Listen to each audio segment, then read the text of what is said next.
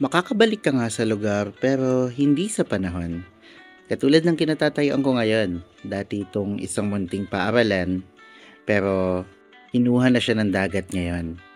Kung meron mang hindi nagbago, yun ay ang pagdadamayan ng mga tao.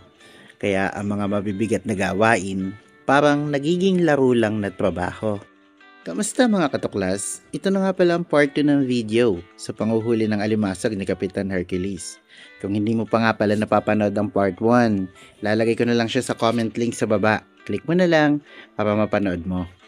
Isang napakagandang bukang liwayway nga ang sumalubong sa amin, kaya dala ang pag-asa na marami kaming mahuhuling alimasag. Bumiyahe na kami kung saan nilatag ang mga timing. At wala pa nga sa 10 minutong biyahe, nagsimula na ang trabaho ng mag-asawa. Ang palutang na to na may flag, ito ang nagsilbing guide para madali nilang matandaan kung saan nila inilagay ang timing. Excited na nga rin ako talaga makita yung mga alimasag. At sa unang pag-angat, bokya agad. Pero syempre, normal lang naman daw talaga yon. Sabi nga nila, mas maraming timing, more chances of winning. And hindi nga nagkamali dahil sa pang-apat na timing na inangat, nagpakita na ang mga kalahi ni Mr. Crab.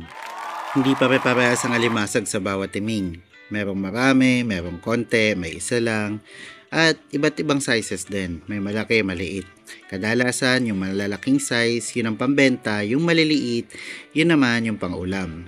Nagtanong ako, ano yung mga nakikita kong kulay puti sa timing? Sabi ni ate, itlog daw yon ng octopus.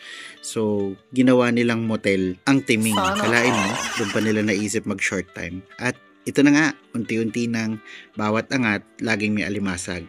Ipinakita na rin ang suspect ng kahalayan, si Dave the Octopus.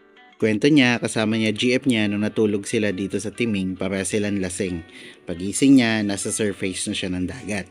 At nagtanong pa siya kung kasama daw ba sa accommodation nila sa timing ang breakfast, and I answered yes, pero siya yung menu.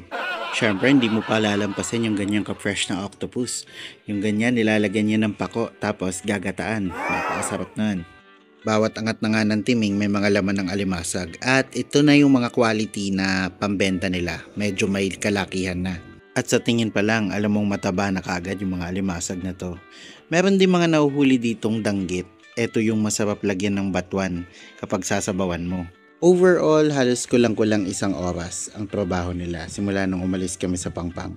At ngayong naiangat na lahat ng timing, oras na para umuwi para tanggalin naman ang mga alimasag. Di pa nga kami dumadaong sa Pangpang pero may mga natatanaw na rin ako mga parokyano. Sila yung mga namimili ng mga alimasag. Kadalasan sila yung mga taga-Kalibo o mga taga-Boracay.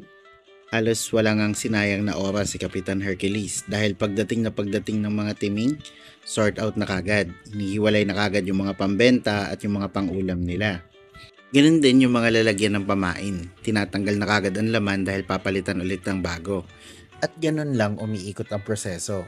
Manghuhuli lang ulit sila ng pamain, ilalagay sa timing, ilalatag ang timing sa dagat, at kinabukasan, ha-harvest na ulit. Nakakamangha nga ang ganitong klaseng hanap buhay.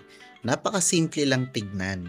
Masasabi ko ngang napakaswerte nila dahil hawak nila ang oras nila. Napakaganda ng kita kahit ilang oras pa lang silang nagtatrabaho. Malaya silang nakakapagdesisyon sa kung ano bang diskarte nila sa kung paano sila manghuhuli ng isda o alimasag sa dagat. At bukod doon, hindi natin maitatanggi na napakalaki ng tulong nila sa ekonomiya dahil sila ang dahilan kung bakit may pagkain ng ating mga turista. Sila ang dahilan kung bakit may nabibili tayong ulam para ilatag sa mesa. Kaya sa mga katulad nila, saan man kayong parte ng bansa o mundo, saludo ako sa inyo. Muli, ako si Juan Tuklas. Salamat sa panonood at kita-kita tayo sa mga susunod pang video. Bye!